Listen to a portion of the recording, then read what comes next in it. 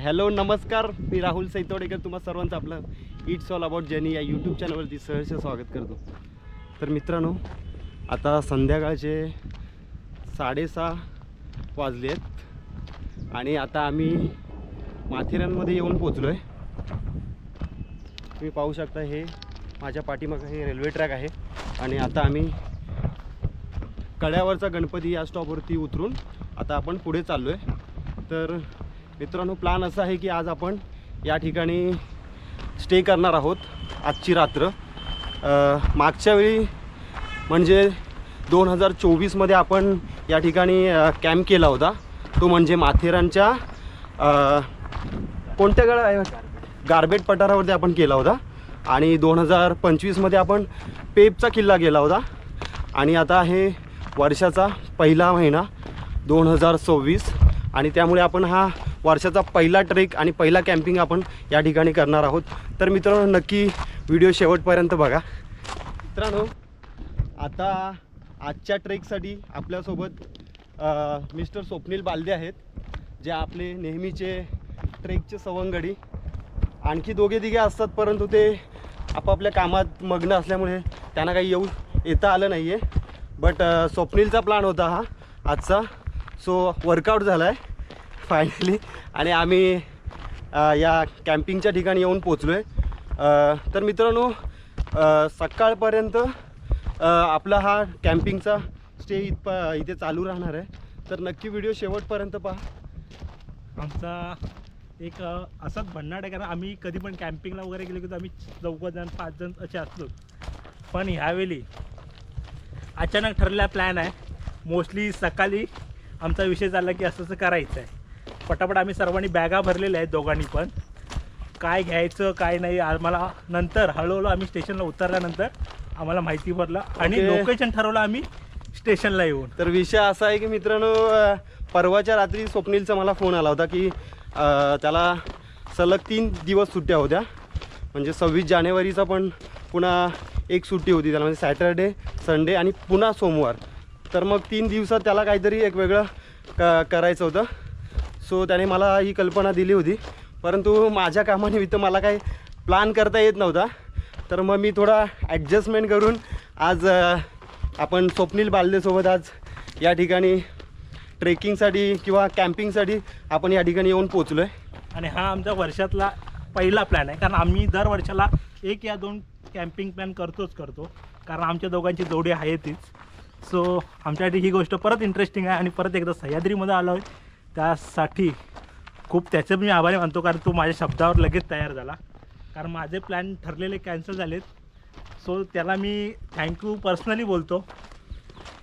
So आणि मित्रांनो, महत्त्वाची गोष्ट अशी की आपण मागच्या वेळी गारबेट पठार हा आपण कॅम्पिंग केला होता.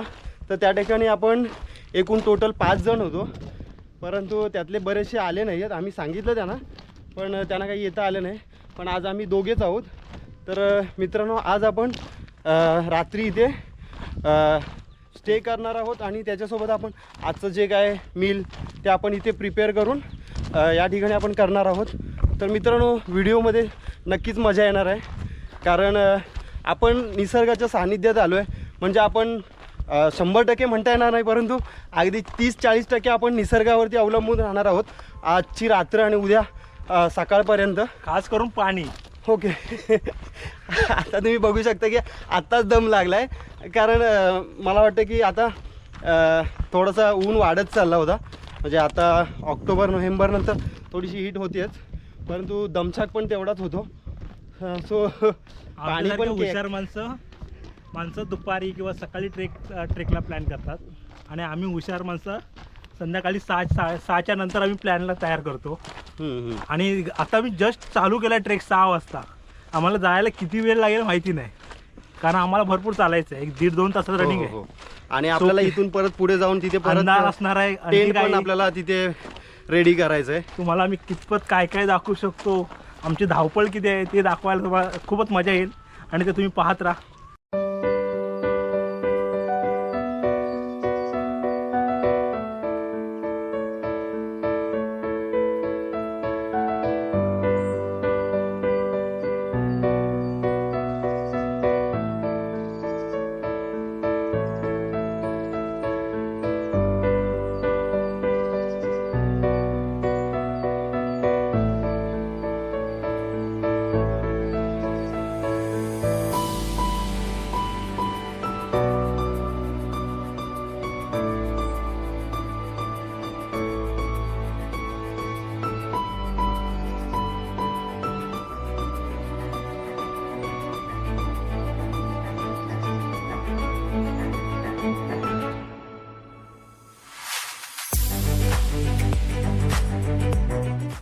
तर मित्रांनो आता आपण या पाठीमागे दरीच्या इथं म्हणजे आलो आहे आपण. इथून काय म्हणता येईल आपल्याला, दोन्ही साईडला आपल्याला डोंगर आहेत आणि त्याच्यामधून ही आपली रेल्वे ट्रॅक आले. आता आपल्याला आणखी पुढे जायचं आहे थोडं आणि तिथून हे अशा प्रकारे आपल्याला इथून खाली जाऊन उतरून आपल्याला इकडे जायचं आहे. तर मला माहीत नाही तुम्हाला दिसतंय की नाही. हे बघा, हे समोरचं डोंगर आहे ना, दिसतंय का? हां, त्या समोरच्या डोंगरात इकडे आपल्याला आजची रात्र आपल्याला घालवायची आहे. चला तर मग, कारण आता वाजलेत 7 वाजलेत ऑलमोस्ट आणि आता थोड्याच वेळात आपल्याला अंधारसुद्धा होणार आहे. सो त्यामुळे आपण लवकरात लवकर आपण त्या ठिकाणी आपल्याला पोचायची आपण घाई करतो. चलो. मागे सनसेट झालेला आहे आणि मला वाटते आपण यायच्या आधीच झालेलं आहे. त्यामुळे थोडीशी हलकीशी जी केशरी छटा आहे आकाशाची ती उमटून दिसते. परंतु मला वाटते अगदीच मोजक्यात 10 ते 15 मिनटात काळोख अंधार होईल. त्यामुळे धावत धावत आपण जाऊया आणि आपण आपल्या कॅम्पच्या ठिकाणी पोहोचूया. तर मित्रांनो आपण इथे या ठिकाणी आलो. इथे शंकराची आणि गणपतीची छोटीशी मूर्ती आहे माझ्या पाठीमागे तुम्ही पाहू शकता. आणि इथून थोडंसं पुढे गेल्यावरती आपल्याला कड्यावरचा गणपती पाहायला मिळतो. आता आपण शक्यतो आपण त्या ठिकाणी जाणार नाही आहोत. आपण उद्या सकाळी त्या ठिकाणाला भेट देऊ नक्की, कारण आता खूपच संध्याकाळ झाली आहे आणि थोड्याच वेळात अंधारसुद्धा होणार आहे.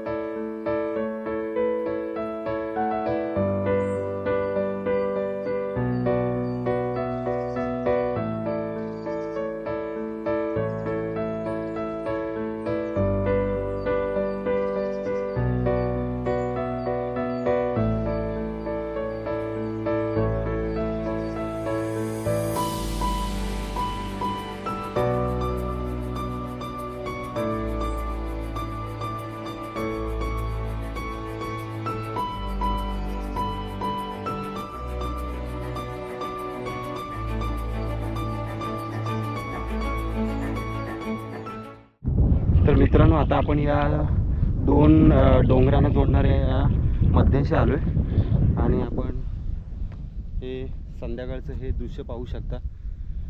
त्या साईडला नेरळमध्ये आता संध्याकाळच्या लाईटसुद्धा लागल्यात आणि हा नजारा खूप विलोभनीय असा दिसतोय. आणि या साईडला संपूर्ण नेरळ सिटी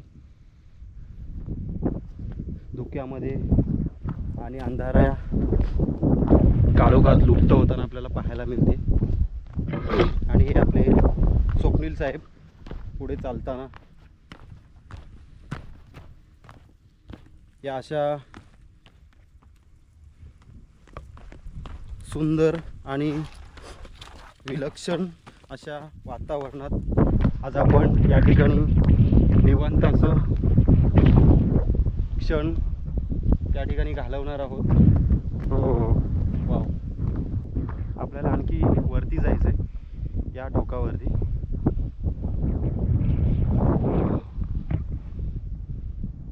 हे असं सुंदर विलोभनीय दृश्य आपल्याला आयुष्यात केव्हा पाहायला मिळणार नाही जर तुम्ही घराच्या बाहेर पडला नाही तर.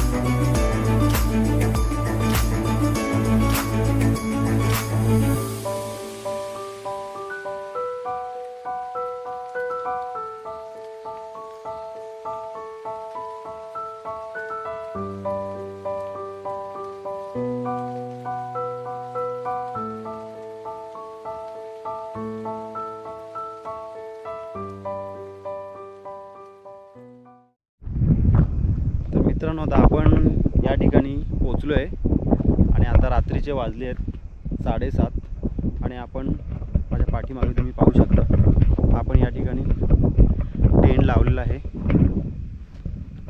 हे पहा.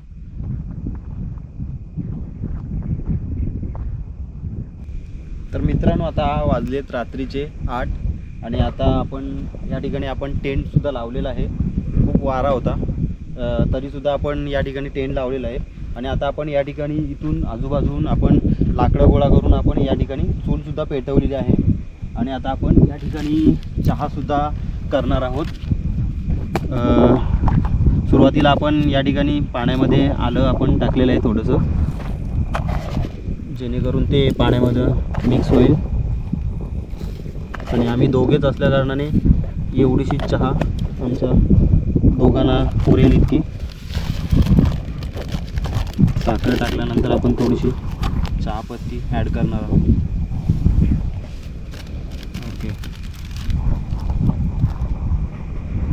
तरी अशा प्रकारे आपली आजची पहिली चहा असणार आहे आणि यानंतरची सकाळी आपण एकदा पुन्हा चहा बनवणार आहोत. त्यासाठी आपण पुरेसं चहा आणि चहापत्तीसुद्धा आपण ठेवलेली आहे. पाण्याचा थोडासा इथे इश्यू होणार आहे, परंतु आपण खाली थोड्या वेळानंतर पाणी साठा आहे तर त्या ठिकाणी आपण परत पाणी आपण 2-3 बॉटल एक्स्ट्रा भरून ठेवणार आहोत.